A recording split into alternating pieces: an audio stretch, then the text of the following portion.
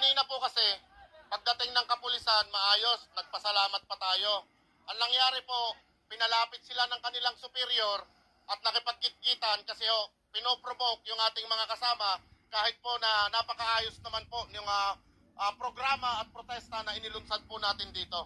Sila po ang lumapit, kami po, nandun lang kami sa lugar namin, hindi ho kami lumalapit at nakikinig po kami doon sa mga sinasabi nila. Sila po ang nag-provoke, sila ho ang unang pumukpok, sila po ang unang nanakit.